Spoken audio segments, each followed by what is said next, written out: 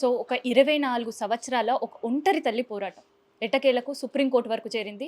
Court ఎక్కడో దాక్కున్న సిద్ధార్థ్ రెడ్డిని 4 వారాల్లోపు ఖచ్చితంగా లొంగిపోవాలంటూ ఆదేశాలు. ఇంతకీ ప్రత్యూష డీఎన్ఏ రిపోర్ట్ ఏం చెప్తుంది? అండ్ పోస్ట్ మార్టం రిపోర్ట్ ఎందుకు హైడ్ చేస్తున్నారు? మునుస్వామి రిపోర్ట్‌లో ఏముంది? ఈ తల్లితో ఒకసారి మనం మాట్లాడదాం. అమ్మ నమస్తే. సో 24 సంవత్సరాల మీ పోరాటం. కోర్టు ఒక్క మాటలో చెప్పింది లొంగిపోవాలి అని. ఏమనిపించింది మీకు ఆ వాదన విన్న తర్వాత? నేను సుప్రీంకోర్టు జడ్జిమెంట్ను రెస్పెక్ట్ చేస్తున్నాను అండి, గౌరవిస్తున్నాను. బట్ ఏంటంటే అత్యున్నత న్యాయస్థానము హైకోర్టు జడ్జిమెంట్ని కన్ఫర్మ్ చేసింది. బట్ అందులో ఇంకొకటి ఎక్స్ట్రా మా కంటి తుడుపులాగా ఏం పెట్టిందంటే within 4 weeks on the spot surrender Siddharth Reddy అని చెప్పించింది. అది కొద్దిగా కంటి తుడుపుగా ఉంది. బట్ వాళ్ళ సైడ్ నుంచి ఇంకేమో ఉంటాయి కదా, న్యాయమైన ఏమన్నా చేస్తుంటారు, న్యాయ విచారణ అది చేసుకుంటుంటారు, అప్లైకి పోతుంటారు, ఏదో చేసుకుంటారు. బట్ మాది మాత్రం మేము జడ్జిమెంట్ కాపీ రావాలి. జడ్జిమెంట్ కాపీ వచ్చిన తర్వాత మా అడ్వకేట్ మాట్లాడతాను అన్నారు. జస్ట్ మాకు ఇట్లనే ఓన్లీ హైకోర్టు జడ్జిమెంట్ కన్ఫర్మ్ చేశారు. వితిన్ 4 వీక్స్ సిద్ధార్థ్ రెడ్డిని లొంగిపోమన్నారు, అంతవరకే చెప్పారు. మిగతాది మనకు కాపీ వచ్చిన తర్వాత చూద్దామని చెప్పారు మా అడ్వకేట్ గారు. బట్ మా అడ్వకేట్ గారితో మాట్లాడిన తర్వాత ఏం చేయాలి, ఫర్దర్ ఎలా వెళ్ళాలి, ఏం మాట్లాడాలన్నది నేను డిసైడ్ చేస్తాను. సో ఆఖరిగా మీరు ప్రత్యూషతో మాట్లాడింది ఏంటి? అండ్ ఆఖరిగా తన్ని చూసింది ఎప్పుడు అసలు? 23rd రోజు అండి. పాప బ్యూటీ పార్లర్కి వెళ్ళేటప్పుడు మేము తార్నాకలో ఉండేవాళ్ళము.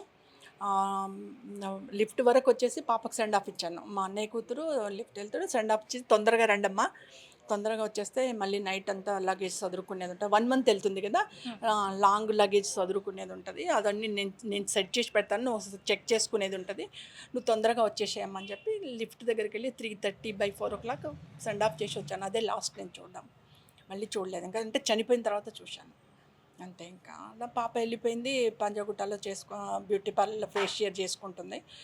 సిరి ఏమో లాన్లో కూర్చుంది, మా అన్నయ్య కూతురు. సో అప్పుడు సిద్ధార్థ్ రెడ్డి వచ్చాడంట బ్యూటీ పార్లర్కి. వచ్చేసి ప్రత్యూషతో మీట్ అవ్వాలా, ప్రత్యూష ఉందా అని అడిగాడంటే లోపల ఫేషియర్ చేసుకుంటుంది, వస్తుంది, మీరు కూర్చోండి అని. పాప లోపలికి వెళ్ళి సిరి పోయి చెప్పిందంట, ఇట్లా సిద్ధార్థ్ రెడ్డి వచ్చి వస్తున్నానక్క, అయిపోయింది, ఫైనల్లో ఉంది, వచ్చేస్తున్నాను. ఒక 1/2 hour తర్వాత బయటకు వచ్చేసిన తర్వాత వాళ్ళు ఏదో 2 నిమిషాలు మాట్లాడుకొని కొద్దిగా అలా వెళ్ళేసి వస్తామక్క, మీరు ఉండండి, ఒక 5 నిమిషాలు పోతాం, వెళ్తామని చెప్పి సిద్ధార్థ రెడ్డి అడిగితే మా సిరి వద్దన్నదంట. అత్తమ్మ తిడుతుంది, మళ్ళీ మనం ఎయిర్పోర్ట్కి వెళ్ళి టికెట్స్ కూడా తెచ్చుకోవాలా, మళ్ళీ మార్నింగ్ ఫ్లైట్ ఎప్పుడు ఉంటుందో తెలియదు కదా, టికెట్స్ కొంటే కానీ తెలుస్తుంది, సో వద్దు మనం వెళ్ళిపోదాము అని అంటే, లేదక్క 5 minutes వచ్చేస్తామక్క, నువ్వు ఇక్కడే కూర్చోన్నది. మా సిరి అక్కడే కూర్చుని పోయింది లాన్లో. వాళ్ళిద్దరు వెళ్ళారు. అదే లాస్ట్ మా సిరి ఆమెను చూడడం. తర్వాత హాస్పిటల్లో వచ్చిన తర్వాత మేము మార్నింగ్ డెడ్ బాడీని చూడడమే, అంటే ఐసీయూలోకి వెళ్ళి ఒకసారి లాంగ్ సైట్లో చూసాం ప్రత్యూషని, నెక్స్ట్ మార్నింగ్ డెడ్ బాడీని చూడడమే మేము. అదే లాస్ట్. అసలు ఈ సిద్ధార్థ్ రెడ్డితో పరిచయం ఎలా ఏర్పడింది ప్రత్యూష? ఇంటర్మీడియట్లో అండి. ఇంటర్మీడియట్ గౌతమి రెసిడెన్సీలో పాప ఇంటర్ ఫస్ట్ ఇయర్ బైపీసీలో జాయిన్ చేశాను. అక్కడనే సిద్ధార్థ్ రెడ్డి కో ఎడ్యుకేషన్ ఉన్నట్టు, అది private college but co education. నేను అక్కడే గర్ల్స్ హాస్టల్లో జాయిన్ చేశాను, ఎందుకంటే ఆమె గవర్నమెంట్ టీచర్. మార్నింగ్ వెళ్తే నైట్ ఇంటీరియల్ ఉండే, బొమ్మల రామారావు అప్పుడు చాలా ఇంటీరియల్, బస్సెస్ ఫ్రీక్వెన్సీ లేదు ఎక్కువ. సో అక్కడ అందుకనే నాకు కష్టమైపోతుంది, ఆడపిల్ల ఇంట్లో ఉంటాను చెప్పి నేను సెక్యూర్డ్గా అక్కడ జాయిన్ చేస్తే నా బిడ్డ ఇలా అయిపోయింది. అంతే. సో వాళ్ళ పెళ్ళికి సంబంధించి కావచ్చు, రిలేషన్షిప్ సంబంధించి ఎప్పుడైనా మీతో మాట్లాడిన సందర్భం ఉండేనా? పాప చెప్పింది నాకు, అంటే ఆఫ్టర్ ఎస్టాబ్లిష్మెంట్ పాప కొద్దిగా హీరోయిన్గా ఎస్టాబ్లిష్ అయిన తర్వాత చెప్పింది, అమ్మ ఇట్లా లవ్ ఉంది ఇట్లా సిద్ధార్థ్ రెడ్డి అంటే. నేను చెప్పాను వద్దమ్మా, వాళ్ళతో మనకు ఎందుకు వద్దు అని కూడా కన్విన్స్ చేశాను. బట్ ఆమె స్ట్రాంగ్గా ఉంది, లేదు లేదు చేసుకుంటాము అంటే. నేను వద్దు, ఇప్పుడు అప్కమింగ్లో ఉన్నావు కదా, సరే ఓకే చేసుకుందరు, అప్కమింగ్లో ఉన్నావు కదా, నువ్వు మంచిగా ఎస్టాబ్లిష్గా హీరోయిన్గా కొద్దిగా డబ్బు ఎర్న్ చేసుకో, మనది మిడిల్ క్లాస్ ఫ్యామిలీ, సో డబ్బు ఎర్న్ చేసుకున్న తర్వాత అతను కూడా ఎడ్యుకేషన్ చిన్నది, అతను ఎడ్యుకేషన్ కూడా చేసుకుంటాడు, ఈ లోపల పెంచుకుంటాడు ఎడ్యుకేషన్, హయ్యర్ ఎడ్యుకేషన్కి వెళ్తాడు, అప్పుడు మీరు ఫ్యామిలీ లైఫ్లో సెటిల్ కావడానికి ఉంటుందమ్మా, కొద్దిగా నా మాట విను అంటే. మా పాప కన్విన్స్ అయింది, అర్థం చేసుకుంది, కన్విన్స్ అయింది. ఇప్పుడు వాళ్ళ ఇంట్లో ఒప్పుకోలేదమ్మా, వాళ్ళ ఇంట్లో ఒప్పుకోకుండా వాళ్ళు ఇంకా అబ్బాయి ఏంటంటే ఇన్ఫీరియారిటీ కాంప్లెక్స్కి వచ్చేసిండు. మా మదర్ ఫాదర్ ఒప్పుకుంటలేరు, ఈమెనేమో హీరోయిన్గా డెవలప్ అయిపోతుంది అనే ఉద్దేశంలో ఒక ఇన్ఫీరియారిటీ కాంప్లెక్స్కి వచ్చేసి ఆ రోజు తీసుకెళ్ళి ఫ్రెండ్స్ని ఎవరిని కలుపుకున్నాడో ఫ్రెండ్స్ని కలుపుకున్నాడు, రేప్ చేశారు, చంపేశారు. మళ్ళీ ఏమీ తెలవంటే తీసుకొచ్చి హాస్పిటల్లో అడ్మిట్ చేశాడు. ఆత్మహత్య చేసుకున్న వాళ్ళైతే హాస్పిటల్ ఎందుకు అడ్మిట్ చేశాడమ్మా, మీరే చెప్పండి. అవునా, మీరిద్దరు చనిపోవాలనుకున్నారు, ఇంట్లో ఒప్పుకోవట్లేదు, మీరిద్దరు మరి ఎందుకు హాస్పిటల్ అడ్మిట్ చేసావు? కార్లో ఉండే చనిపోవాలి కదా, హాస్పిటల్కి ఎందుకు తీసుకొచ్చావు? అక్కడే తెలిసిపోతుంది. అంటే that is rape and murder అనేది తెలిసిపోతుంది అక్కడ. So Munuswamy post mortem report గురించి పదే పదే ప్రస్తావిస్తున్నారు. ఏముంది అసలు ఆ రిపోర్ట్లో? మునిస్వామి రిపోర్ట్లో తొడల మీద ఒకరికంటే ఎక్కువ విషయాలు ఉన్నాయి. తొడల మీద, కడుపు మీద, చెస్ట్ మీద గోర్ల ఘాట్లు ఉన్నాయి, రక్తాలు తేరి గోర్ల ఘాట్లు ఉన్నాయి. తర్వాత ఈ లెఫ్ట్ హ్యాండ్ తోటి ప్రెస్ చేసినట్టుగా గొంతు మీద ఇక్కడ 4 ఘాట్లు, ఇక్కడ 1 ఘాటు ఉంది. ఇవన్నిటిని బట్టి చెప్పొచ్చు కదా. ఆయన పోస్ట్ మార్టం చేసిండు అంటే అథెంటిక్గా చూస్తాడు కదా, చూసి రిపోర్ట్ రాస్తాడు కదా. ఫోటోలు కూడా తీస్తారు కదా, మళ్ళీ వీడియో కూడా తీస్తారు కదా. మరి అవన్నీ కూడా తప్పంటే ఎట్లా? రిపోర్ట్ తప్పంటున్నారు, వాట్ అబౌట్ ఫొటోస్, వీడియో? ఇవన్నీ ఎక్కడ పోయినాయి? ఇవన్నీ ఏమైనాయి? ఎందుకు సబ్మిట్ చేయలే కోర్టులో? నాకు ఇవ్వలేదు, కోర్టులోనే సబ్మిట్ చేయాలి కదా న్యాయంగా. అంటే ఏవి రాలే బయటకి. మెడికల్ లీగల్ కింద డ్రెస్ అడిగాను, కొట్లాడిన డ్రెస్ కోసం తగలబెట్టేసామన్నారు. హాస్పిటల్కి వెళ్తే మోషన్ చేసింది, తగలబెట్టేసాం. ఎంత ఇర్రెస్పెక్టబుల్ ఆన్సర్ అండి డాక్టర్స్ దగ్గర నుంచి. మెడికల్ లీగల్గా ఒక కేసు, సస్పెక్టెడ్ కేసు వస్తే ఎవ్రీథింగ్ ప్రిజర్వ్ చేసి పెడతారు. మరి మీరు ఎందుకు ప్రిజర్వ్ చేయలే? తగలబెట్టేసారు. అక్కడి నుంచి మీకు స్టార్ట్. అంటే సిబిఐ ఎంటర్ కాకముందుకే సాక్ష్యాలన్నీ తారుమారు అయిపోయినాయి, సాక్ష్యాలన్నీ తగలబెట్టేసిన. ఏ సాక్ష్యాన్ని ఏం చేయాలో అది చేసేసిండ్రు, ఏమీ లేకుండా చేసిండ్రు. ఇక న్యాయం జరగాలంటే ఎక్కడ జరుగుతుంది? కోర్టు న్యాయస్థానాలు కూడా ఉన్న ఎవిడెన్స్ ఆధారంగా జడ్జిమెంట్స్ ఇచ్చినాం. సో డిఎన్ఏ రిపోర్ట్ ఏంటి అసలు? మీ నుంచి కూడా డిఎన్ఏ కలెక్ట్ చేసారు, బ్లడ్ అనేది. అది వాళ్ళకే తెలవాలి. మీకెంత నవ్వు తెప్పిస్తుందో నాకంతే ఆ రోజు బాధ అనిపించింది. కన్నతల్లిని నేను పోరాటం చేస్తున్నా, నన్ను పిలిచి బ్లడ్ ఇవ్వండి డిఎన్ఏ టెస్ట్కి అన్నారు. అది నా కూతురు కాదా? వాళ్ళది మాత్రం ఎవరి మీద అలిగేషన్స్ ఉన్నాయో వాళ్ళది మాత్రం బాటిల్స్ తెప్పించుకున్నారు బ్లడ్. వాళ్ళు రాలే. అలిగేషన్ ఉన్న అక్యూజ్డ్ వాళ్ళది మాత్రం బ్లడ్ బాటిల్స్ వస్తాయి. కన్నతల్లిని మాత్రం రమ్మంటారు. నాకేం భయమండి, 100 మంది పిలిచినా పోతా. ఇప్పుడు మీ అందరికీ ఇస్తున్నాను. ఎందుకు ఇస్తున్నాను? నేను మదర్, తల్లిని, నా బాధ్యత. నేను చెప్పుకోవాలి లోకానికి, నా బిడ్డకు న్యాయం జరగలేదు అని చెప్పుకోవాలి. అందుకే కష్టపడి చెప్తున్నా. అమ్మ, మీరు ఒక గవర్నమెంట్ టీచర్గా ఉండే ప్రత్యూష చనిపోయే సమయానికి ఎలా మిమ్మల్ని ఇంత ముందుకు నడిపించింది? కోర్టు కేసులు, ఫస్ట్ ఎవరు కేసు వేశారు ఈ ఇష్యూలో? వీళ్ళండి, రాఘవులు గారు ఉన్నారు కదా సీఎం, వాళ్ళ భార్య అండి పుణ్యవతి గారు. ఆమె వచ్చింది, నన్ను కలిసింది మేడం. తను ప్రజావాజ్యం కేసు వేసింది హైకోర్టులో. వేసి ప్రత్యూష అన్యాయంగా చంపేసిండు, ప్రత్యూషకు న్యాయం జరగాలి, ఉన్న వాస్తవాలు ఏందో తెలవాలా అని చెప్పేసి కేసు వేశారు. అప్పుడు మాకు రామచంద్రరావు గారు అడ్వకేట్గా ఉండే, ఇప్పుడు బీజేపీ ప్రెసిడెంట్ రామచంద్రరావు గారు మాకు అడ్వకేట్గా ఉండే. అప్పుడు ఆయన లీడింగ్ అడ్వకేట్ హైకోర్టులో, తార్నాకలోనే ఉండేవాళ్ళు వారు కూడా. వారు మాకు అడ్వకేట్గా చేశారు. అప్పుడు మునిస్వామి గారు కూడా కోర్టుకు పిలిపించారు. మునిస్వామి గారు కూడా వచ్చారు. ఆయన కూడా సాక్ష్యం ఇచ్చి వెళ్ళారు. ప్రత్యూషది ఎక్కువ మంది ఇన్వాల్వ్ అయ్యిండు, ప్రత్యూషది మర్డర్ అని కూడా ఇచ్చేసిపోయారు. అవన్నీ హైడ్ అయిపోయినాయండి, ఏ ఒక్కటి లేదండి. అప్పుడు రోహిణి మేడం జడ్జి గారు ఉండే, నాయక్ పేరుండే జడ్జి గారు, ఇద్దరు డబుల్ బెంచ్. అది వాళ్ళు ఏం చేశారంటే ప్రత్యేక సంబంధించిన ఇలాంటి ఫోటోలు కానీ ఇవన్నీ కానీ అన్ని ఎవిడెన్స్ని హైకోర్టులో ప్రిజర్వ్ చేస్తున్నామని చెప్పి ప్రిజర్వ్ చేశారు. ఏ ఎవిడెన్స్ బయటకు రాకుండా ప్రిజర్వ్ చేసేసారు. నేను అడిగినా నాకు ఇవ్వాల. సిబిఐ వాళ్ళు అడిగితే హైకోర్టు నుంచి బాక్స్ సిబిఐ వాళ్ళకి వచ్చేసింది, మళ్ళీ పంపించాలి. Local Nampally court, session court judge గారు అడిగారు అనుకోండి, అక్కడికి వెళ్ళాలి, మళ్ళీ వెళ్ళిపోవాలి. అంతేగాని బయట ఎక్కడ ఓపెన్ అప్ కాలే, బయట ఏం కాలే. అసలు ఏమి సాక్ష్యాలు ఉన్నాయి, ఏమి సాక్ష్యాలు మరుగున పడిపోయినాయి అన్నది ఎవరికి తెలవకుండా చేశారు. ఇంకెక్కడ న్యాయం జరుగుతుంది మేడం? అలాంటి కామన్ ఫ్యామిలీకి ఆర్థికంగా లేము, అధికారం లేదు, పలుకుబడి లేదు, ఏది లేదు. మాలాంటి కామన్ సమాజంలో ఉన్న ఒక కామన్ ఫ్యామిలీకి న్యాయం జరగాలంటే ఎక్కడ జరుగుతుంది మేడం? అంత పెద్ద అధికారము, అంత పెద్ద డబ్బు, అంత పెద్ద హోదా అన్నీ నడిచినాయి. ఆ నడిచిన దాంట్లో సాక్ష్యాలన్నీ తీసేసి కామన్గా మన ఏవేవి మినిమం ఎవిడెన్స్ ఉండాలనో, తక్కువ పనిష్మెంట్ ఏది పడితే ఉంటుందో ఆ ఎవిడెన్స్ని పెట్టేసిండాడు. ఇంకా నాకు ఏడ దొరుకుతాయి మేడం? కోర్టులు కూడా అవే ఎవిడెన్స్ ఆధారంగా జడ్జిమెంట్స్ ఇచ్చినాయి. జరిగిన పరిస్థితి అది. సో ఈ కేసు టైంలో ఎట్లాంటి ఇబ్బందులు ఎదుర్కొన్నారు? ఎట్లాంటి బెదిరింపు కాల్స్ వచ్చాయి మీకు అసలు? అప్పట్లో వచ్చాయి మేడం, అంటే సిబిఐ రాకముందుకు వచ్చాయి. అంటే అప్పుడు నేను కొద్దిగా ఎవిడెన్స్ కోసమని అక్కడని ఇక్కడని కొద్దిగా అలా నాయకులను కలవడానికి వాళ్ళని కలవడానికి కొద్దిగా వెళ్ళిన. ఎందుకంటే నాకు వాస్తవం ఏందో నాకు తెలవాలి కదా. అందుకని వెళ్తేప్పుడు కొద్దిగా బెదిరించారు. ఒక 4, 5 కాల్స్ వచ్చినాయి నాకు. అంటే నువ్వు అక్కడిక్కడ తిరుగుతున్నావు, వాళ్ళ దగ్గరికి పోయి కలుస్తున్నావు, ఈ ఎవిడెన్స్ కావాలని కొట్లాడుతున్నావు. హాస్పిటల్కి వెళ్ళి కొట్లాడా, మెడికల్ లీగో కింద నాకు డ్రెస్ ఇవ్వాల్సిందని చెప్పి నేను అడిగా.